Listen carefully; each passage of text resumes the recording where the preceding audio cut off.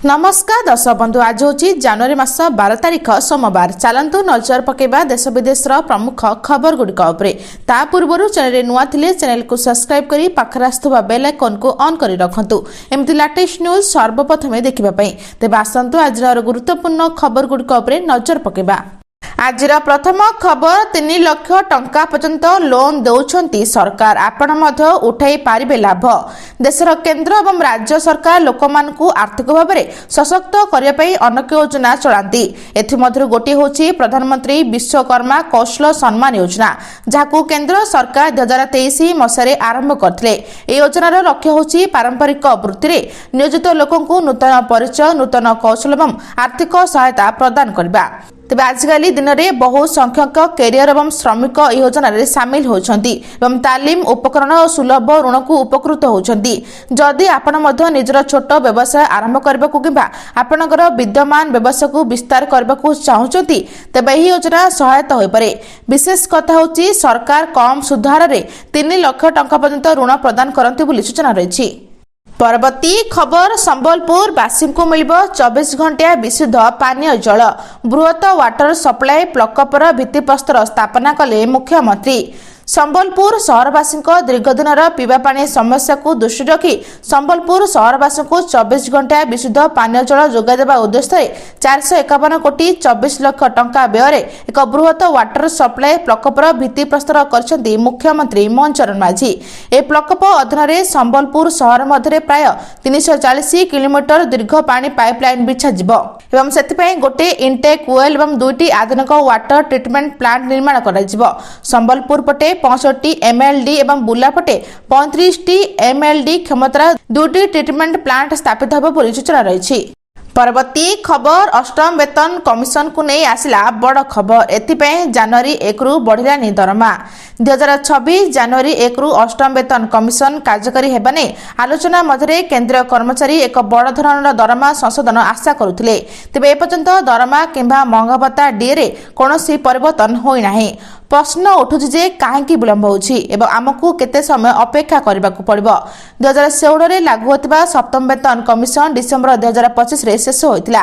तेनु आकलन कराइतिला जे जनवरी 2026 रु दरमा संशोधित हेबो एवं दरमा वृद्धि पाइबो। किंतु एबे सरकार एक अपडेट दैछन जे पर्यंत वेतन कमिशन सरकार को सुपारिश दाखल करी सेगुडको अनुमोदन करि नै से पर्यंत नूतन दरमा स्केल लागू करा जाय पारिबो नै। नूतन दरमा स्केल पर लागू हो पारे किंतु बकाया दरमा जनवरी 1 2026 रु गणना करा बोली सूचना रही। परवर्ती खबर शीतरे लागुनी ब्रेक प्रचंड जाड़े जनजीवन अस्तव्यस्त। राज्य में थमुनी शीतर प्रकोप 10 डिग्री तले 28 सहर तापमात्रा। जनवरी मासरे प्रबल शीत 70 वर्षर रेकर्ड को भांगी देछि। झारसुगुड़ा रे 4.5 डिग्री रात्र तापमात्रा रेकर्ड करथिला बेले यह जनवरी मासर गत 63 वर्षर सबुठारु ठंडा राति पाल्टिछि। तेबे सेपरि भुवनेश्वर 9.2 डिग्री तापमात्रा रेकर्ड करथिला बेले गत 22 वर्षरे सबुठारु ठंडा राति बोली पाणीपाग विभाग। एवं गत गुरुवार रात्रे राउरकेला रात्र तापमात्रा 3.6 डिग्री रहिला बेले या जनवरी मासरे सहरर सबुठारु ठंडा राति बोली जना पड़िछि। प्रबल शीत लहरी पाई आज सुंदरगढ़ झारसुगुड़ा और अनुगुल को ओलो वार्निंग जारी कर जायछि। ढेंकानाल आभ्यंतर ओडिशार किछि स्थान रे मध्य राति तापमात्रा सबुठारु कम रहइबो बोली सूचना रहिछि। परवर्ती खबर आहत व्यक्ति को हॉस्पिटल रे पहुंचले मिल 25,000। केंद्रीय परिवहन मंत्री नितिन गडकरी अध्यक्षतार नुआदिल्ली में परिवहन मंत्री मानकर एक जातीय स्तरीय बैठक अनुष्ठित होता। ए बैठक में से कहते जे बैठक में राज्य प्रतिनिधि मान सहित 2 दिनिया बैठक होता।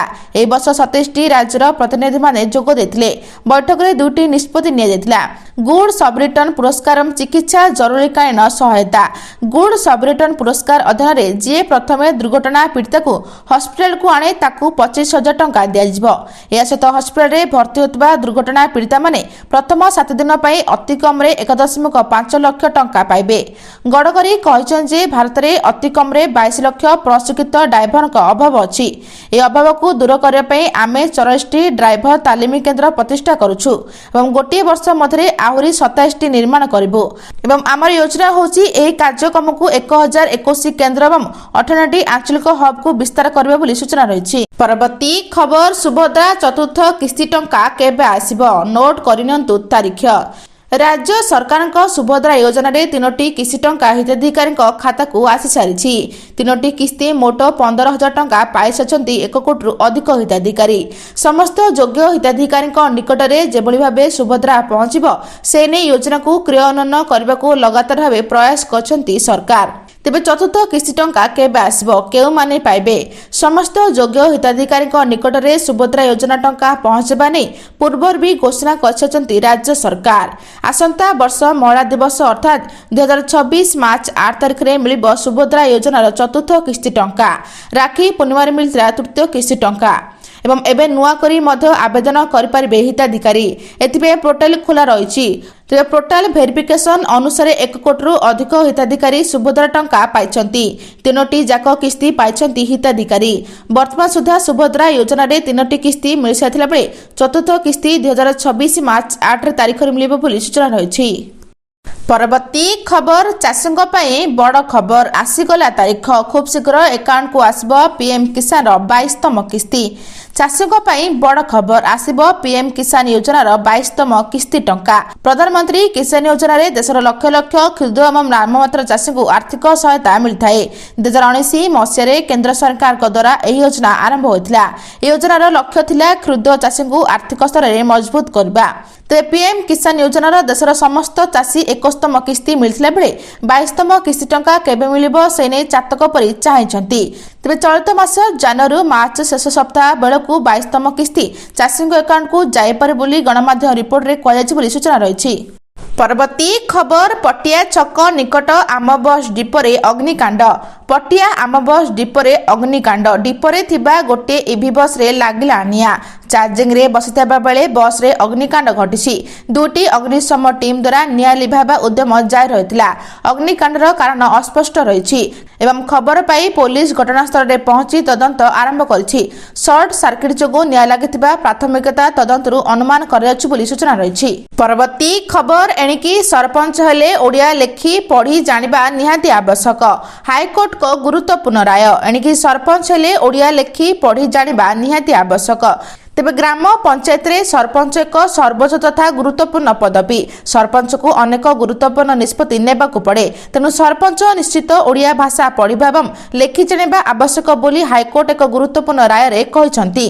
तेबे ही परिप्रेक्षी रे हाईकोर्ट पुरी जिला निमापड़ा ब्लॉक रो सुहागपुर सरपंच को अयोग्य घोषणा करी दियाथिला बेले आदेश को कायम रखिसंती।